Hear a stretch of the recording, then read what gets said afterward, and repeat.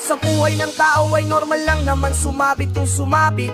Sana naman wag nang gumamit, pipiliting ngumiti kahit halatang balisa. Pakiramdam mo ikaw ang palaging nasa gitna, baya't maya ang iyong tingin sa iyong kanan. Nagdaliwa di makatulog kahit maghapon ka nang nakahiga. Tipong pagkargado ka, di ka pwedeng mabigla. Matapik ka lang ng konti, ikay ready mandigma. Di ba tama? Kung iisipin di astig ang tama, di na nga tama nangyayari kung magawa ka pa ng di tama. Maling mali yan at kailanman di magiging tama. Ang magiging tama mo lang dyan, tamang hinala. Kahit anong hitit mo dyan, walang hiwadang mangyayari. Maniwala ka, mas lalo lamang lalalayan pare. Walang mapapala, mas lalo lang yan lalala pag hindi ka nakawala. Sinalakay ng 2 City, di Station 6 ang isang bahay sa sitio. Kumunoy bagong silangan, Quezon City kagabi. Ito'y matapos magpositibo ang kanilang impormasyong kaugnay ng illegal na droga. Arestado si Alias, sorted na nakunan pa ng ilang sachet ng shabu at mga parafernalyado. Sayos na batang babae, nagbebenta ng purit sa mura niyang edad.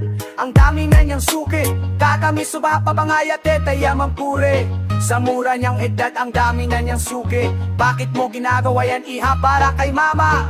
Para hindi na sila mag-away pa ni Papa. Anong klase kang magulang, kinaya mo yon sa boka habang anak mo hinahalay doon. Tama na, tulog-tulugan, gumising na kayo. Ginagawa nyo na lahat, makabili lang ng shabu. Pagnanakaw, panghuhol dapat pang bubugaw. Pagkiyang lagyang na ang mundo, parang gugunaw. Ubos na ang mga ngiti at ang lalim na ng mata. Di ka ba pwedeng kumalma, bakit ka laging taranta?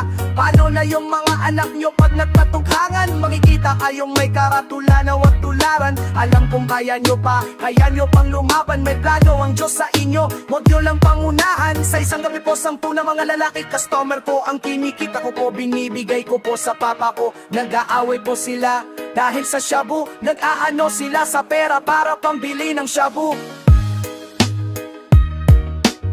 Nakukulangan pa sila.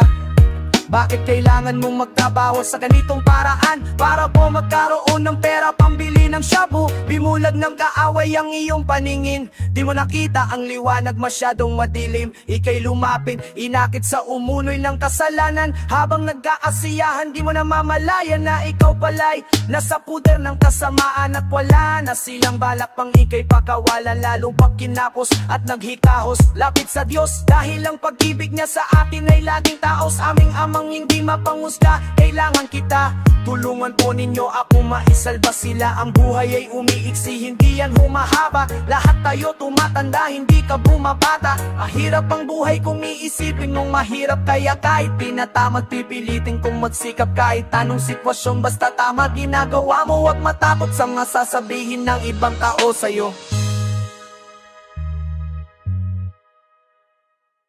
Irohwe na enta asem ki pa indilwanta. E ino pa jab yung loke saya kung pato.